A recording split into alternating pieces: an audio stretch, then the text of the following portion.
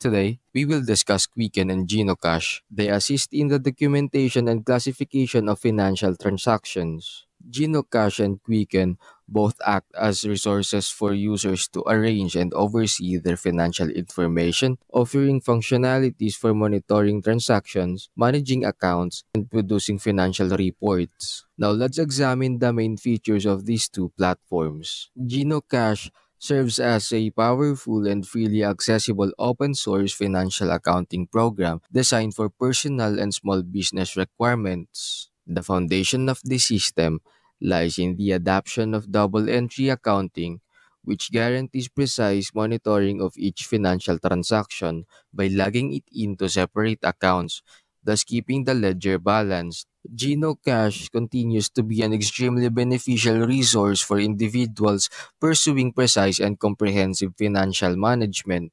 Quicken is a widely used commercial personal finance application recognized for its easy-to-use interface and extensive functionalities.